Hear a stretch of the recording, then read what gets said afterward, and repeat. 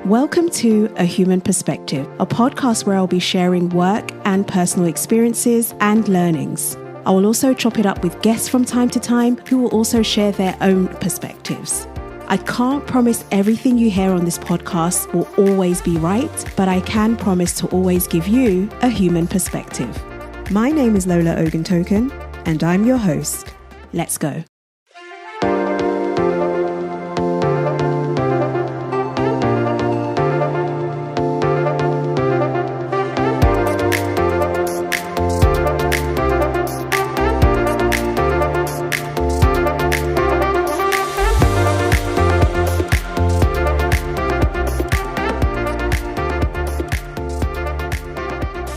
On a previous episode of A Human Perspective, Saying No at Work, the Workload Edition, we discussed the common occurrence of being overloaded at work and how to push back and find ways around it.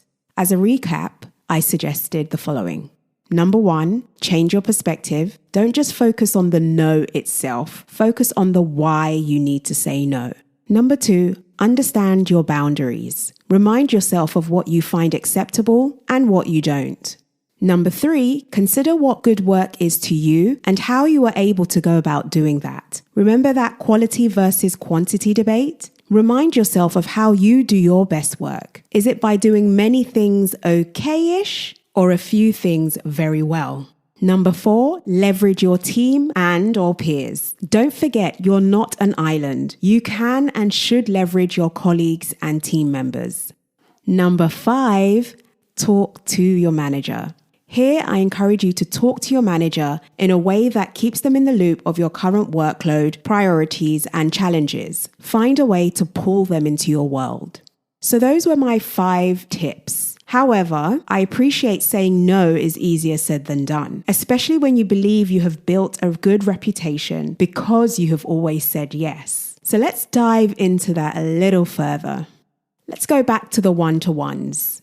Talking to your manager about the realities of your workload is easy to do when you have built a relationship through regular one-to-ones. This enables your manager to understand what is happening in your world in a more real-time way and makes tackling tricky topics much easier. A thoughtful manager will work with you to readjust. I also encourage you to always start the conversation looking at the whole picture, then becoming granular where necessary. When you start off granular, the conversation can get lost in that one detail, and you've missed the opportunity to tell your full story. Start big, then chop it down. Where a topic requires more time, arrange a separate one-off conversation to cover that.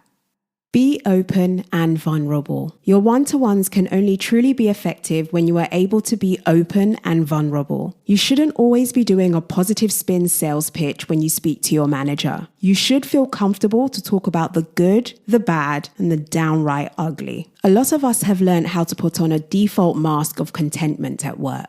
We see this as being professional and showing we're stable and able to handle everything. If deep down this is not the case, you are misleading your manager and you are doing harm to yourself. I know it's not easy and it's really not what we've been taught to do in a professional setting, but I do encourage you to be open and dare you to be vulnerable. Maybe it's just me, but this is when I'm able to connect with people the most. The professional shell cracks and I care differently.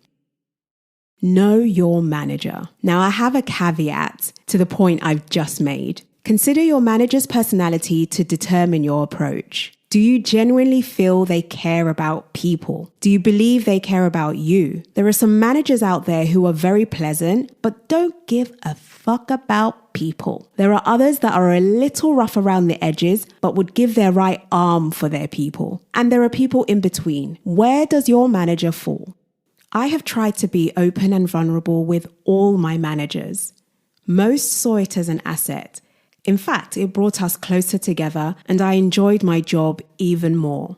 Regardless of the outcome, I didn't regret being open and sometimes vulnerable. I have learned if I can't be myself somewhere, it's simply not the place for me. Because I believe giving everyone the chance to show you who they are through how they handle you showing them who you are is super important. And if it's not rewarding, it certainly will be revealing.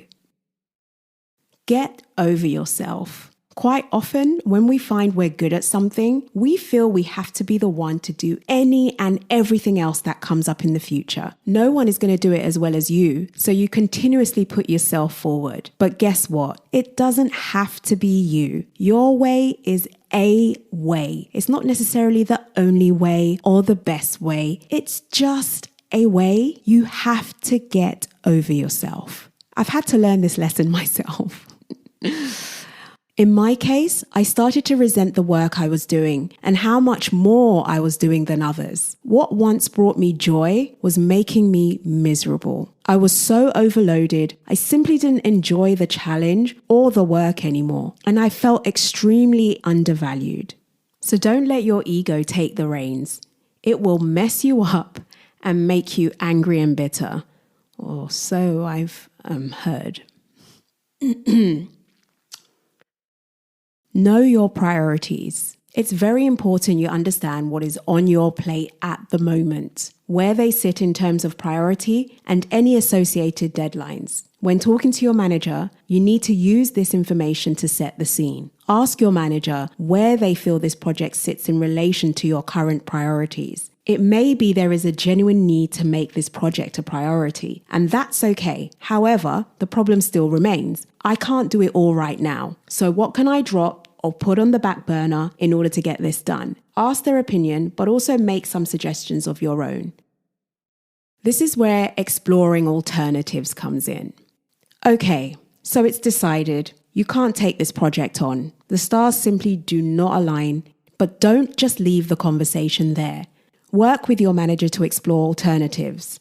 Can the project go to one or two members of your team? Can a peer take it on? Is this a project that can be picked up again at an agreed point in time? Can it become a group project so the workload and responsibility is shared?